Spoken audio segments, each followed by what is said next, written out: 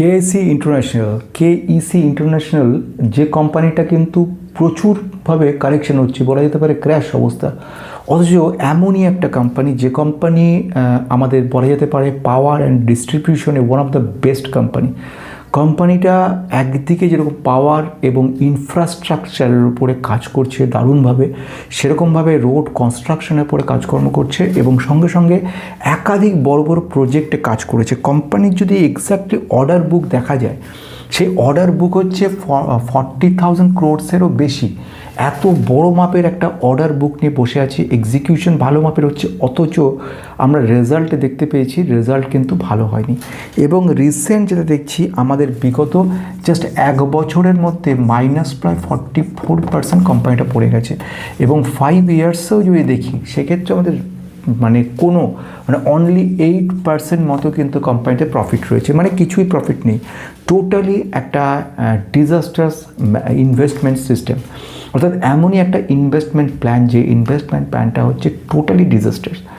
আজকের এই ভিডিওর মধ্যে আমি কোনো চমকদার কোম্পানি শোনাচ্ছি না বা এমন কোনো কোম্পানি বলছি না যে কোম্পানিটা রকেট হয়ে গেছে বা রকেট হতে চলেছে। আজকে একটা পড়ে যাওয়া, ভেঙে পড়া একটা ধ্বংসস্তূপ কোম্পানির কথা বলছি, অথচ সেই কোম্পানির প্রচুর আগুন রয়েছে, কোম্পানির পোটেনশিয়াল গ্রোথ দুরন্ত রয়েছে, কোম্পানির আনবিলিভেবল গ্রোথ ক্যাপাবিলিটি রয়েছে, and my conviction is very good about the company. But ultimately কোম্পানির প্রফিটটা কেন কমছে, কোম্পানি এক্স্যাক্টলি এত পড়ছে কেন, সেটা হচ্ছে সবচেয়ে বড় প্রশ্ন। কোম্পানি থেকে ফার্স্ট বলবো বিজনেসটা কী করছে, সেকেন্ড ওয়ান যে কথাটা বলবো সে কোম্পানির কেমন পোটেনশিয়াল গ্রোথ রয়েছে, ফান্ডামেন্টাল কেমন রয়েছে, রিস্ক প্যাটার্ন কী কী রয়েছে, এবং এই মুহূর্তে কোম্পানি ক্ষেত্রে ইনভেস্টমেন্ট করার ঠিক উপযুক্ত সময় কি না।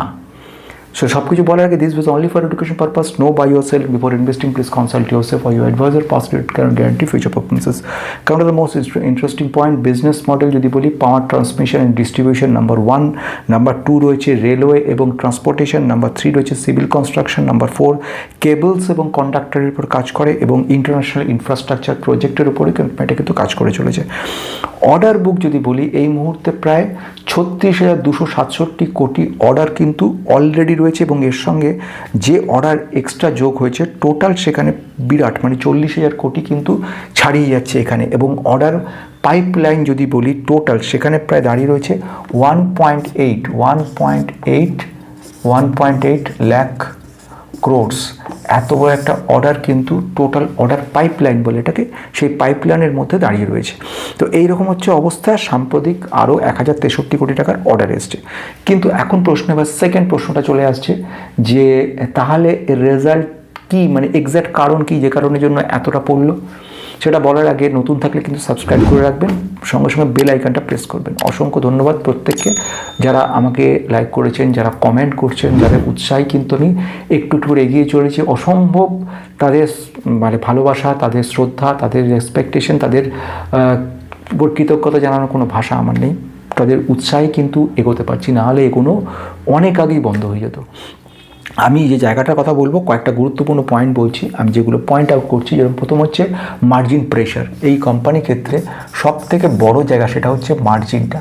এই মার্জিন প্রেশারটা হওয়ার পিছনে মানে যে সবচেয়ে বড় কারণ রয়েছে কয়েকটা অর্ডার ক্যান্সেলেশন। যে অর্ডারগুলো এক্সিকিউশন জায়গায় থাকার পরে সেখানে কিন্তু এক্সিকিউট হওয়ার সময় কয়েকটা ব্যাপার দেখতে হয়। সব ইনফ্রাস্ট্রাকচারে যেরকম লেবার কস্ট, একটা অর্ডার হলো 5 বছর আগে, সেই 5 বছরের মধ্যে লেবার কস্ট অনেকটা বেড়ে যাওয়া, মেটেরিয়াল কস্ট যেগুলোতে বানানো হবে, লোহা, তার সঙ্গে মেটেরিয়ালস আদার্স যেগুলো রয়েছে, সিমেন্ট, তারপরে যে সমস্ত আদার পার্টস রয়েছে, কংক্রিট পার্টসগুলো, সেইগুলোর দাম যখন বেড়ে যাচ্ছে, তো এইগুলো আলটিমেটলি প্রবলেম হচ্ছে। তো এই ব্যাপারটা এবারে ওয়ার্কিং ক্যাপিটালের একটা ব্যাপার দেখা যাচ্ছে। তো এইগুলো এবিটাডিকে প্রচুর মার্জিন প্রেশারে ফেলে দিয়েছে। এইটা একটা কিন্তু খুব বড় গুরুত্বপূর্ণ point.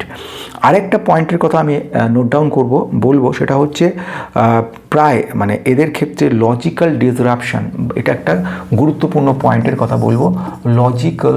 Logical disruption logical disruption বলতে কোনো জায়গায় যে প্রোডাক্টগুলো ডিমান্ড হলো তারপর সেগুলো যখন পাঠানো হচ্ছে সেখানে যেরকম বিদেশের মিডল ইস্টে বেশ কিছু অর্ডার এসেছিলো সেগুলো সমস্ত অর্ডারগুলো ক্যান্সেলেশন হয় এবং যে কারণে জিওপলিটিক্যাল প্রবলেম থাকার জন্য এর একটা প্রবলেম হয় শিপিং লাইন্সে। জানোই তোমরা সকলে যে কী ধরনের প্রবলেম হচ্ছে ওই স্ট্রেট হরমুজ বা ওই দিকে প্রবলেম, যে কারণের জন্য যখন রোড ট্রান্সপোর্ট করা হচ্ছে কস্ট 3 গুণ বেড়ে যাচ্ছে অথচ দাম বাড়াতে পারছে না। এইগুলো আলটিমেটলি কোম্পানির ক্ষেত্রে ইম্প্যাক্ট ফেলেছে। এদের ম্যাক্সিমাম ইউএই এবং সৌদি আরবে এই দুটোতে এদের বড় মাপের জিনিস থাকে এবং র মেটেরিয়ালসও যখন দাম বেড়ে যাচ্ছে ফলে এদের ক্ষেত্রে প্রবলেম হচ্ছে। 3 নাম্বার একটা পয়েন্টের কথা বলবো, সেটা হচ্ছে পাওয়ার গ্রিড। পাওয়ার গ্রিডের এদের একটা বড় প্রজেক্ট যেটা ছিল সেই প্রজেক্টটার যে টেন্ডারটা আছে সেটা ব্যান হয়ে যায়, ফলে প্রজেক্টটা হতে গিয়ে সেই ফাইনালাইজ জায়গায় গিয়ে একটা প্রবলেম হয়, ট্রান্সমিশন অ্যান্ড ডিস্ট্রিবিউশন এরিয়াতে গিয়ে প্রজেক্টটা আটকায়। এইগুলো ব্যাপার হচ্ছে মেইনলি ব্যাপার দেখা যায়। আর ছোটোখাটোর মধ্যে কিছু valuation problem, macro environment problem হয়। ইনভেস্টারদের ইনভেস্ট করার সময় দেখতে পারে যে ভ্যালুয়েশনটা কিছুটা মূলক বেশি হয়ে যায়। তো এইগুলো আলটিমেটলি কিন্তু কোম্পানিটার ক্ষেত্রে একটা নেগেটিভ পয়েন্ট তৈরি করছে। বেশ, এবার আসছি ফাইনাল কথাতে। সব থেকে বড় কথা যেটা, সেটা হচ্ছে যে তাহলে তো এই কোম্পানি ইনভেস্ট করাটা পুরো বেকার। তার কারণ হচ্ছে ফান্ডামেন্টাল ইন্টারেস্টিং ব্যাপার বলবো।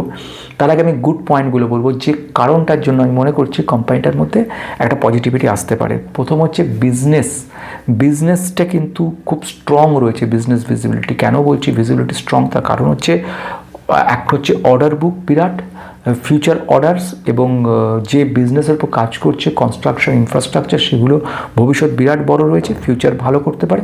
সেকেন্ড ওয়ান সেটা হচ্ছে পাওয়ার ট্রান্সমিশন বা grid expansion, railway renewable integration, HVDC, এগুলোর ক্ষেত্রে কোম্পানিটা কিন্তু ক্যাপিটাল এক্সপেন্ডিচার বেড়েছে যেটা ভবিষ্যতে ভালো করতে পারে।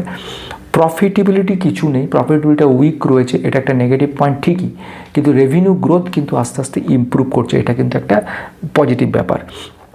আরেকটা ব্যাপার বলবো সেটা হচ্ছে অর্ডার পাওয়া এবং অর্ডার এক্সিকিউশন দুটো কিন্তু সেম জিনিস নয়, এটাকে মনে রাখতে হবে। অর্ডার প্রচুর রয়েছে ঠিকই, কিন্তু এক্সিকিউশনটা কিন্তু ভালো জায়গায় নিয়ে না হলে তাহলে কিন্তু একটু প্রবলেম হয়ে যায়। তাহলে এটা বোঝা গেল। এবারে আমি যদি বলি একটু ফান্ডামেন্টালে যাব, যেটা সবথেকে গুরুত্বপূর্ণ পয়েন্ট আমাদের এই মুহূর্তে রয়েছে। কেইসি ইন্টারন্যাশনাল যদি ফান্ডামেন্টাল দেখা যায়, কোম্পানি কিন্তু আমাদের ভেরি স্মল ক্যাপ কোম্পানি। এই কেইসি ইন্টারন্যাশনাল হচ্ছে মিড ক্যাপ লেভেল, স্মল থেকে মিডে এসছে। 11,800 কোটির একটা কোম্পানির অর্ডার বুক হচ্ছে লক্ষ কোটির মতো, মিনিমাম 40,000 কোটি অর্ডার বুক এমনি দাঁড়িয়ে রয়েছে এই মুহূর্তে। পি বা প্রাইস টু আর্নিং রেশিও 19 রয়েছে। রিটার্ন ইকুইটি ক্যাপিটাল এমপ্লয়েড দুটোই স্ট্যান্ডার্ড রয়েছে, বেশি নয়। ঋণের পরিমাণ রয়েছে 0.87, ডেট টু ইকুইটি রেশিও রয়েছে এবং ইন্ডাস্ট্রি স্পিড থেকে কম জায়গায় রয়েছে। সেলস গ্রোথ কিন্তু তুলনায় খুব ভালো নয়, 12.4। এর সঙ্গে পিইজি কিন্তু 0.3, 0.36 রয়েছে। পিইজি কি, রিটার্ন ইকুইটি, ক্যাপিটাল সমস্ত কিন্তু মেম্বারশিপ দেখতে পারেন সেখানে বলেছি। আর এই টেকনিক্যাল চ্যানেলে কিন্তু যেটা গুরুত্বপূর্ণ পয়েন্ট বলা সেগুলো হচ্ছে বাকি টেকনিক্যাল অ্যানালিসিসগুলো সেখানে দেখতে পারেন। আচ্ছা, এইরকম পরিস্থিতিতে আমি যদি দেখি প্রোমোটারের সংখ্যা, এখানে 50% প্রোমোটার হোল্ড করছে। আচ্ছা, এফআইআইও কিনেছে, ডিআইআই অনেকটা সেল করেছে, আর পাবলিকের কাছে 16% মতো মোটামুটি আছে। এবার লাস্ট কথা, এই কোম্পানিতে কি এখন কেনার পজিশনে রয়েছে? যে কোম্পানি শুধু লস আর লস রয়েছে, তাহলে বেটার কি না এন্ট্রি করা ভালো? দেখো, এমনই আমি কোম্পানির কথা এতক্ষণ বললাম যে কোম্পানিটা ফান্ডামেন্টাল কোথাও কোনো ত্রুটি নেই। কোম্পানির যে পয়েন্ট হয়েছে সেটা হচ্ছে টোটালি যাকে বলবো আমরা বাইরের প্রবলেম, এক্সটার্নাল প্রবলেমে কখনোই কোনো কোম্পানি খারাপ বলা যেতে পারে না। কোম্পানি যেখানে মিড ক্যাপ সেখানে বিরাট অর্ডার বুক, অর্ডার এক্সিকিউশন হচ্ছে, প্রফিটেবিলিটি কমে গেছে। তার কারণগুলো আগে বলেছি, জিওপলিটিক্যাল টেনশন একটা জায়গা, মার্জিন প্রেশার একটা জায়গা, লেবার কস্ট অনেক বেড়ে গেছে, যে প্রবলেম সেটা রয়েছে, পাওয়ার গ্রিড কর্পোরেশনের একটা বড় প্রজেক্ট ব্যান করে দেওয়া হয়েছে। তো এইগুলো ইম্প্যাক্ট তো পড়বেই। তো সেই কারণের জন্য কোম্পানির ক্ষেত্রে পড়েছে, তার মানে কোম্পানি খারাপ তা কিন্তু নয়। তাহলে এখন কি কেনার মতো পজিশন? এখন কেনার পজিশন বলে বলছি নয়, আমরা কোয়ার্টারলি রেজাল্ট আমরা ওয়েট করব নেক্সট কোয়ার্টারে, তো তারপরে আমরা কিন্তু এতে এন্ট্রি নিতে পারি। আজকের মতো শেষ করলাম। কারোর কাছে কেইসি ইন্টারন্যাশনাল আছে কিনা জানাবে। অসংখ্য ধন্যবাদ।